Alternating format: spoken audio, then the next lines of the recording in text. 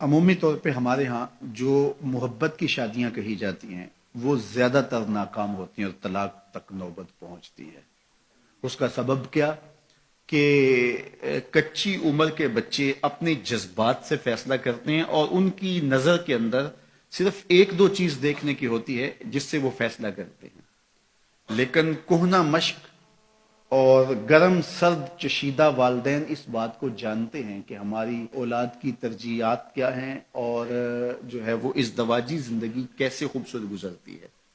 اس لیے وہ جو فیصلے کرتے ہیں وہ فیصلے جو ہے وہ بہت اچھے ہوتے ہیں۔ کبھی ایسا ہوتا ہے کہ اولادوں کو اللہ تعالیٰ فہم، فراست اور عقل و خرد کی فراوانیاں نصیب کر دیتا ہے اور والدین واقعتاً فہم اور سمجھ میں اس مقام پہ نہیں ہوتے، تو سعادت مند اولادیں اس وقت بھی اپنے والدین کو شامل کرتی ہیں اور ان کے فیصلے اچھے بھی ہوتے ہیں۔ لیکن عمومی طور پہ ہوتا ہے کہ چاہے وہ اسکول، کالج اور یونیورسٹی میں نہ بھی گئے ہوں والدین، لیکن ان کے تجربات عملاً جو ہیں وہ زیادہ ہوتے ہیں۔ اسی لیے فرمایا گیا سید عائشہ رضی اللہ تعالی عنہا سے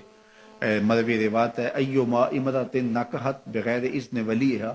فنکاحها باطل فنکاحها باطل فنکاحها باطل، 3 مرتبہ فرمایا جو خاتون اپنے ولی کی اجازت کے بغیر نکاح کرتی ہے اس کا نکاح باطل ہے، اس کا نکاح باطل ہے، اس کا نکاح باطل ہے۔ تو عمومی طور پہ وہ نکاح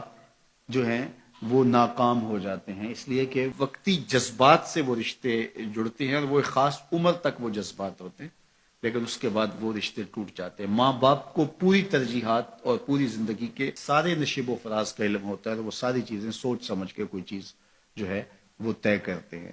اس میں بعض کا ایسا بھی ہوتا ہے کہ والدین بچوں کی ترجیحات دیکھے بغیر اپنی خواہش کو مقدم کر لیتے ہیں، تو یہ چیز بھی تناؤ کا سبب اور طلاق کی نوبت تک پہنچا دیتی ہے۔ یعنی بعض کا ماں باپ کو ضد ہوتی ہے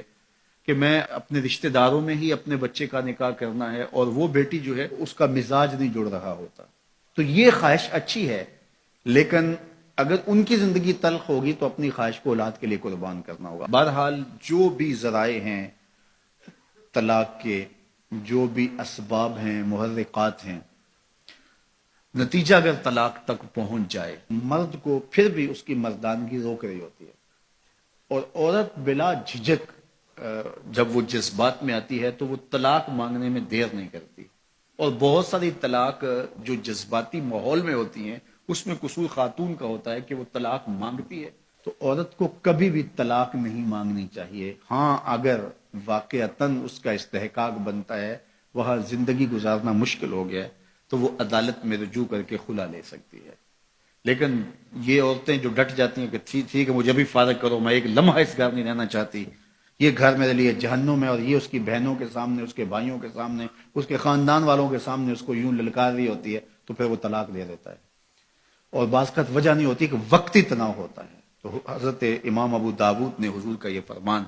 لکھا ہے کہ آقا کریم نے فرمایا کہ جو خاتون بغیر عذر کے اپنے شوہر سے طلاق مانگتی ہے وہ جنت کی خوشبو بھی نہیں پائے گی، اور جنت کی خوشبو 500 سال کی مسافت سے آنا شروع ہو جائے گی۔ تو جو بغیر عذر کے اپنے شوہر سے طلاق مانگتی ہے، تو یہ بات ذہن میں رکھیے گا کہ عورت نہیں چاہتی کہ یہ اس کے وقتی جذبات ہوتے ہیں، وہ یہی چاہتی ہے کہ میں سرخ جوڑے میں اس گھر میں آئی ہوں تو سفید کفن میں واپس لوٹوں اس گھر میں، اور عورت کی آرزو ہوتی ہے کہ میرا شوہر جو ہے وہ مجھ کو جو ہے وہ خود اپنے ہاتھوں سے جو ہے وہ لاحد میں اتارے۔ میرے حضور صلی اللہ علیہ وسلم نے عورت کے اس جذبات کا لحاظ کرتے ہوئے ایک دن سیدہ عائشہ سے کہا کہ عائشہ اگر تو انتقال کر جائے میں تجھے خود کفن دوں، خود لاحد میں اتاروں۔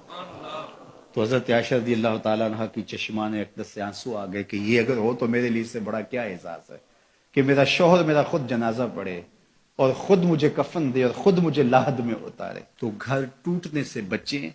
اور میاں بیوی کا جس طرح یہ دنیا میں رشتہ ہے تو یہ رشتہ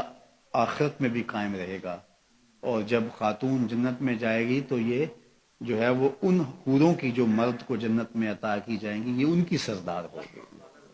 اور اس کا حسن و جمال ان سے فراواں ہوگا، اور اللہ تعالیٰ اس کو وہاں جو عزتیں دے گا، چونکہ وہ دار الجزا ہے، دار العمل تو ہے نہیں ہے، تو وہ دیدنی ہوں۔